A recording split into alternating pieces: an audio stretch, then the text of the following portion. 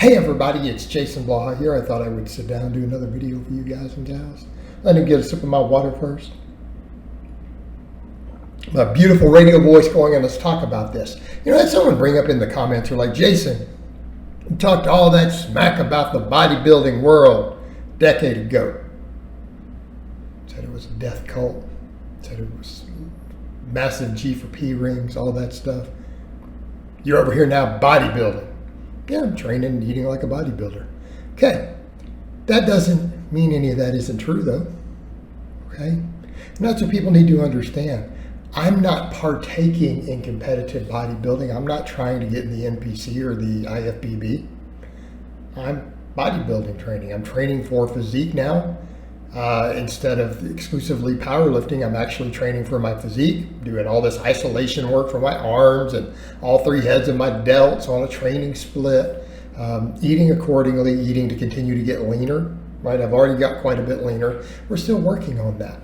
But people need to understand that doesn't mean that I am being part of that bodybuilding culture. And I think there's some things that people need to realize that have changed in the current environment. As far as the G for P, a lot of that has changed, okay?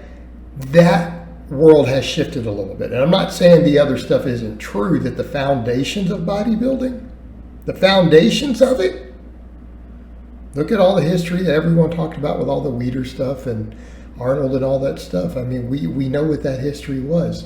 And I'm not going to delve into all that history in this video, but you can't deny, if you're aware of history, that competitive, serious bodybuilding wasn't built on that, okay? It was built on men trading favors to other men. That's what the culture and the competitive environment was largely a big part of it early on. Now, how much of that is still happening today, I don't necessarily know, but that history is there. And that just is what it is, and I can make that as a morally neutral statement. I am not saying that is a right or wrong thing. That is what it is. And if you're going to be part of bodybuilding, that is part of the history of it, part of your history. So take it or leave it. But as far as current stuff goes, the people have not kept up with, you see why all these younger kids are getting really big? Like Sam Salute. And I've alluded to this, and I'm not going to go into it very much. The market is different, okay? Due to demands of the market out there and availability of stuff, the really expensive stuff can be had way, way, way cheaper than 10 years ago or 20 years ago, okay? So it doesn't cost people the same way. Like, no one needs to spend $20,000 a year to be pro bodybuilder jacked, like on stuff that they're taking, on magic supplements. You don't have to do that anymore.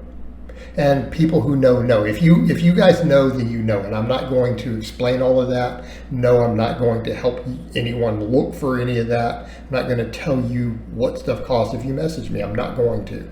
You need to go do that on your own. But that world is different. Okay, that's changed. Number two, bodybuilders have the ability to make large amounts of money on the internet now, right? All your social media is monetized. So anyone who's standing here saying, oh, well, you know, these people just want followers for whatever reason. No, they want followers for the money. These are businesses, okay? Your social media is business. There are people who are making millions of dollars off their social medias, and the business is tied to it. So we're now in a world to where bodybuilders, they can make a lot more money without having to do nefarious stuff. They have access to more money for their lifestyle, and all those other really expensive parts of their lifestyle. The market has brought the prices way down. Food is actually probably more expensive for a bodybuilder now than their magic supplements are. Like, we're talking down to like cheaper than the over-the-counter stuff you're buying at this point. That is the reality we live in. Sorry. Those of you who are buying all the expensive, the pre-workouts and the test boosters and all that, you're paying more than a bodybuilder does for the other stuff. I'm sorry, that's the reality. You're getting ripped off. So that has changed. Now, has the death cult part changed? No, absolutely not. Absolutely not. And that is one reason I would say I'm not going to support something like the IFBB. And I'm not even a massive fan of all competitive bodybuilding. I can appreciate the art form. I've reached a point in my life where I can appreciate the art form. I can appreciate the aesthetic.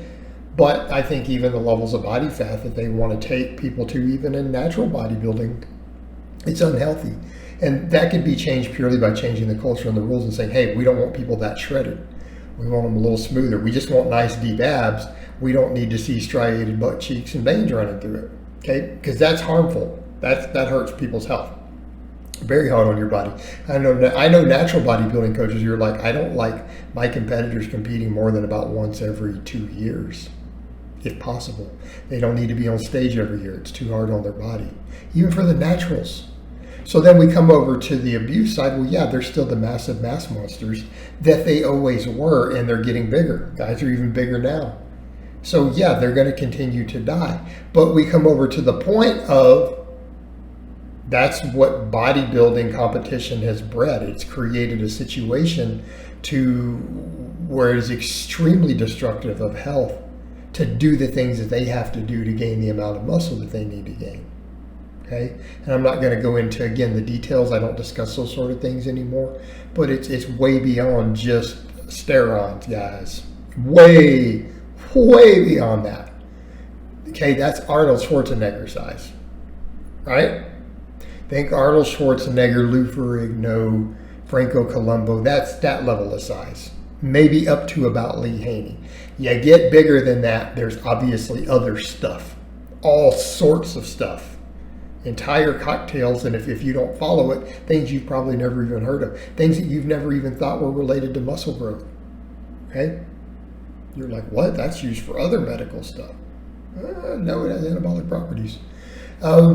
So, yeah, it is still a death cult because of the quantities of stuff that they have to take to get to the size and the leanness and everything that they need to get to. It is still a death cult. And my opinion of that doesn't change just because I am training and eating a certain way. Does that make sense? And people would say, well, since you're not competing, then you're not really a bodybuilder. And that's okay. I can accept that. I'm not going to say, hey, I am a bodybuilder. In that case, I'm a strength athlete. I'm a powerlifter, even though I'm not currently competing. Because I've competed in those things multiple times. I've even judged. I've been certified as an international level judge before. Okay, that's different. So no, I'm not necessarily saying, hey, I'm a bodybuilder. Okay, not necessarily part of that culture entirely either. But I am doing bodybuilding training, and I am training for my physique now to improve my physique dramatically. And I am going to continue to make dramatic improvements.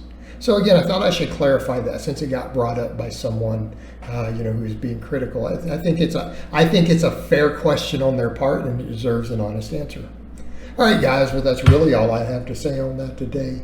I hope it's been informative, and I'll talk to you guys next time.